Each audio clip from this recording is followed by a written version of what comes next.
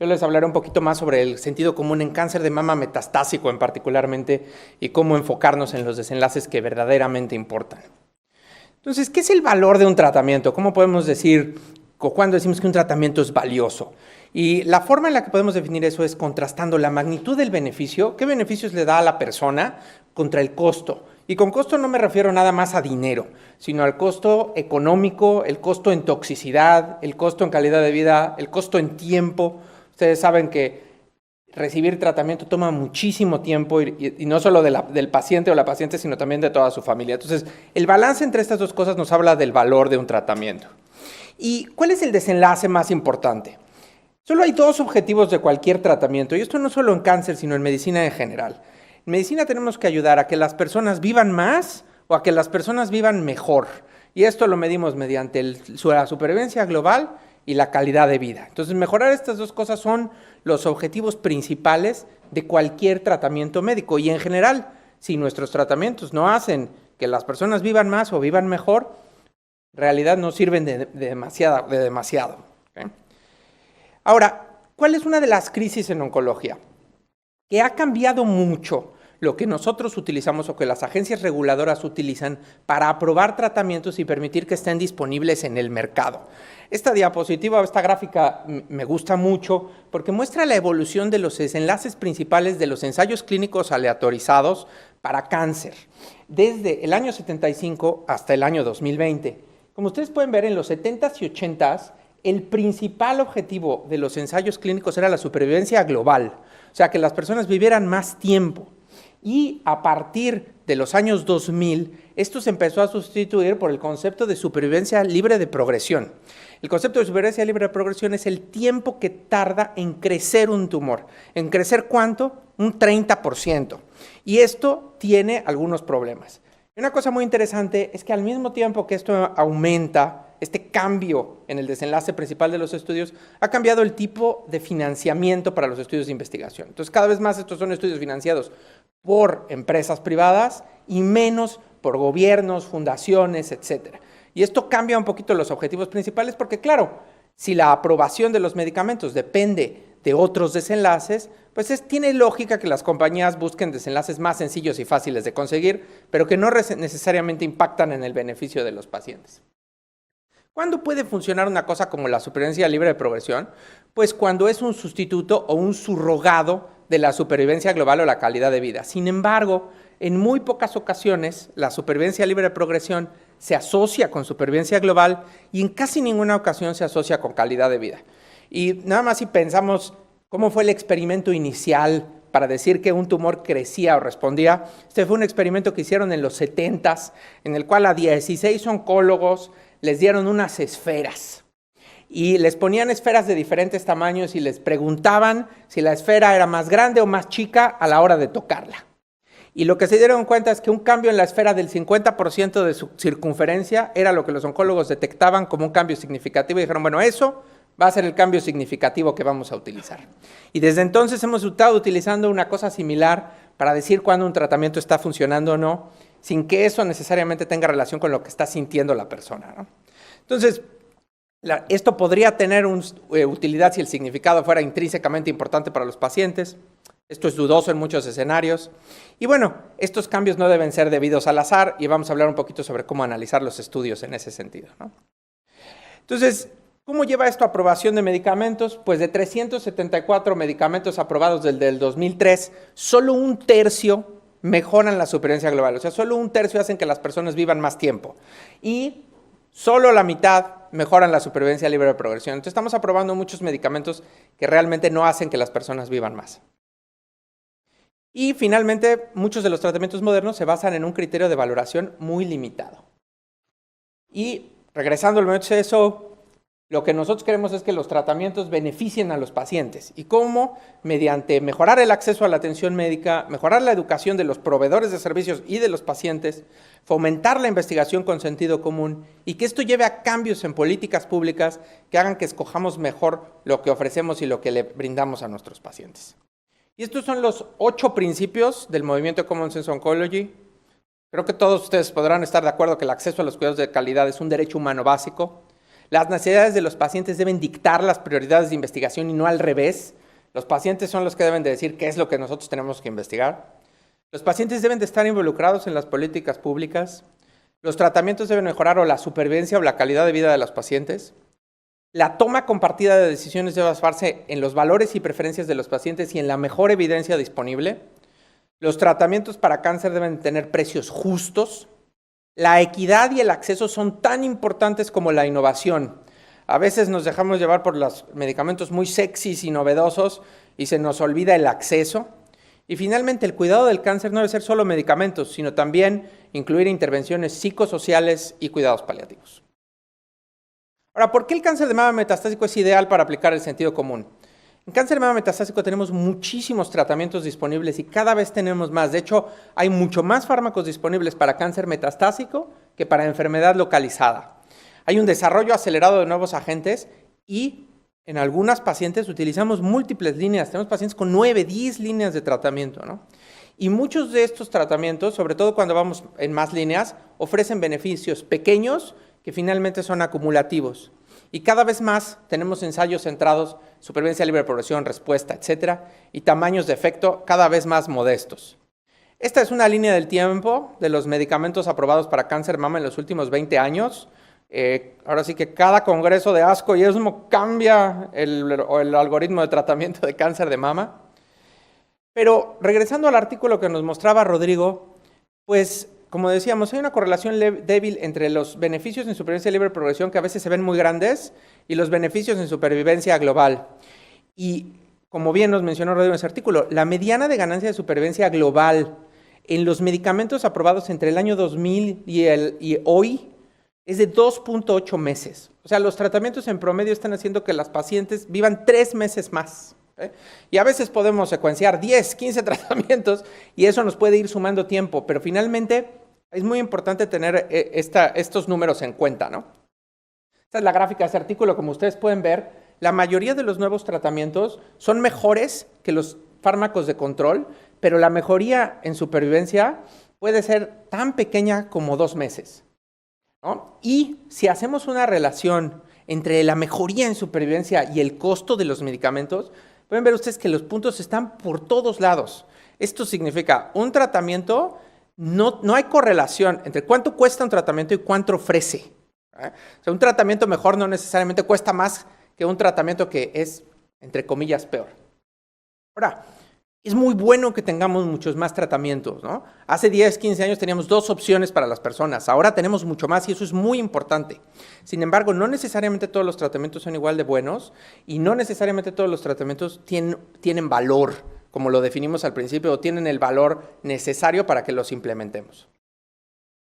Entonces nosotros publicamos el año pasado este artículo de cómo analizar los resultados de los ensayos clínicos. ¿Cómo analizamos el diseño de un estudio? Entonces, un estudio para cáncer de mama metastásico tiene que compararse con el estándar de atención. El brazo control tiene que ser el estándar en ese momento y en ese país. La secuencia terapéutica tiene que ser relevante para lo que estamos estudiando. El desenlace primario debe estar centrado en el paciente, debe ser algo que los pacientes digan que es importante. Se debe de asegurar que los pacientes tengan acceso a líneas posteriores, que los pacientes puedan recibir tratamientos cuando el tratamiento de investigación falle. Y finalmente, la población incluida debe de representar a los pacientes reales que vemos en la práctica diaria. A veces los ensayos clínicos están hechos en pacientes que no se parecen a los pacientes que llegan a la clínica. Eso nos pasa mucho en oncogeriatría. Tenemos muchas veces ensayos clínicos en los que la mediana de edad es 50 años y muchas de las pacientes con cáncer de mama que vemos pues son mayores de 70, ¿no? En cuanto al análisis de los estudios, es muy importante que se reporte el beneficio absoluto y no relativo. ¿Cuánto aumenta realmente la supervivencia de las personas este fármaco? Se debe de reportar una diferencia real entre los grupos y no solo una razón de momios, que a veces es muy difícil de explicar a las personas. Los médicos no entendemos los riesgos relativos muchas veces, menos los vamos a poder explicar. Se debe de definir cuál es el impacto de terapias subsecuentes. Si el tratamiento nuevo que doy funciona solamente si luego doy otras cosas, pues a lo mejor no es tan buen tratamiento. Se debe analizar cuál es la relevancia clínica del efecto. O sea, ¿este efecto que está teniendo el medicamento realmente es clínicamente relevante para los pacientes? Y finalmente, ¿cuál es el riesgo de toxicidad? Y se debe presentar el riesgo de toxicidad junto al beneficio. Y finalmente, cuando reportamos los estudios, y esto es muy importante cuando escuchamos a alguien presentar un abstract, cuando llega un representante farmacéutico, cuando un speaker está hablando sobre un fármaco nuevo, se reporta claramente el beneficio en supervivencia. ¿Cuánto aumenta la supervivencia? No nada más en razones de riesgo. ¿Cuál es la magnitud de este beneficio? ¿Hay un reporte de calidad de vida o se está reportando la calidad de vida al mismo tiempo que me estás reportando cuál es la tasa de respuesta? ¿Se reportan todas las toxicidades o solamente se están escogiendo algunas? Y finalmente, la interpretación de los resultados es objetiva. Yo estoy harto de escuchar, y no sé ustedes, el tratamiento es tolerable. ¿No? Se para un speaker y dice, el tratamiento es tolerable. ¿Es tolerable para quién? ¿No? O sea, eso es. Entonces, creo que ese tipo de cosas, decir, este tratamiento es tolerable, este tratamiento es el nuevo estándar de atención, todas esas cosas que luego dice la gente que son sensacionalistas, lo debemos evitar a toda costa y hacer un análisis objetivo de cuál es el beneficio y cuál es su magnitud. ¿Qué ejemplo tenemos en cáncer de mama metastásico? Bueno, les quiero presentar dos estudios que se presentaron en el mismo ASCO. En el lado izquierdo tenemos un ensayo que se llama Serena 6. En el lado derecho un estudio que se llama Sonia. Uno es un estudio financiado por la farmacéutica, el de Camizestrant. El otro es un ensayo financiado por una fundación o por el gobierno en Holanda. El ensayo de la izquierda, el Serena 6, hizo esta pregunta. ¿Sirve cambiar el tratamiento en personas con cáncer de mama metastásico que desarrollan mutaciones en el receptor de estrógeno durante el tratamiento inicial? Lo que hacían era, le empezaban tratamiento a las pacientes, cada 3 meses les medían mutaciones en el receptor de estrógeno y si desarrollaban la mutación en SR1, les suspendían el tratamiento aunque estuviera funcionando y las cambiaban a Camizestrant. Y lo que medían era cuánto tiempo tardaban en progresar después de cambiar a Camizestrant. El otro estudio preguntó si era mejor dar los inhibidores de CDK4/6 en primera o en segunda línea y comparó empezar solo con terapia hormonal o terapia hormonal con CDK4/6 y luego cambiarlos. ¿Cómo podemos analizar estos estudios desde el punto de vista del sentido común? El brazo comparador. En el Serena 6 continuaban inhibidor de aromatasa a pesar de que había mutaciones. Pues probablemente no es algo útil en la práctica actual. Si ya hay una mutación, sabemos que seguir con el inhibidor de aromatasa pues probablemente no sea el mejor brazo control. En el Sonia compararon 2 estrategias reales y vigentes. La secuencia terapéutica, en el Serena 6 un cambio temprano guiado por un biomarcador que además es muy caro de pedir y que hay que pedir cada 3 meses, no es para nada estándar, ¿no? En el Sonia fue una estrategia de la vida real, temprana versus diferida. ¿Era representativa la población? No, en el Serena 6 tenías que hacer a fuerza DNA circulante, era muy selectiva y limitada, pacientes solamente con mutaciones se benefician. El otro beneficia a todas las pacientes porque cualquiera puede entrar a estas estrategias. El acceso a líneas posteriores en Serena 6 les prohibieron usar Camizestrant después, no había crossover, ¿no? Entonces, una vez más, eso hace que este ensayo no mida la secuencia de tratamiento. El Sonia incorporaba en el diseño el crossover. Todas las pacientes se exponían a un medicamento potencialmente útil. Y finalmente el desenlace en el Serena 6 era supervivencia libre de progresión, mientras que en el Sonia los desenlaces eran supervivencia global y calidad de vida. Son resultados centrados en el paciente. Cuanto al beneficio absoluto, los resultados de los estudios, el Serena 6 mostró una mejora en supervivencia libre de progresión, pero sin beneficio en supervivencia global hasta el momento. El Sonia mostró que no había diferencia en supervivencia global entre ambos resultados. O sea, dar el medicamento antes o después no influía en la supervivencia global. En cuanto a la diferencia real, el Serena 6 reportó puras razones de momios, mientras que en el Sonia se reportaron diferencias absolutas.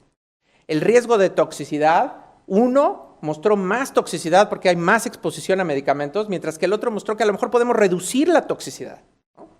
Y la relevancia clínica del efecto y el de impacto de las terapias posteriores estaban claramente integrados en uno, no integrados en otro. Entonces, este es un ejemplo de 2 ensayos en el mismo escenario, uno que al final nos muestra cómo disminuir la toxicidad de los pacientes sin afectar su supervivencia global, y otro que nos da un tratamiento mucho más caro, mucho más complicado, que solo aplica a algunas pacientes.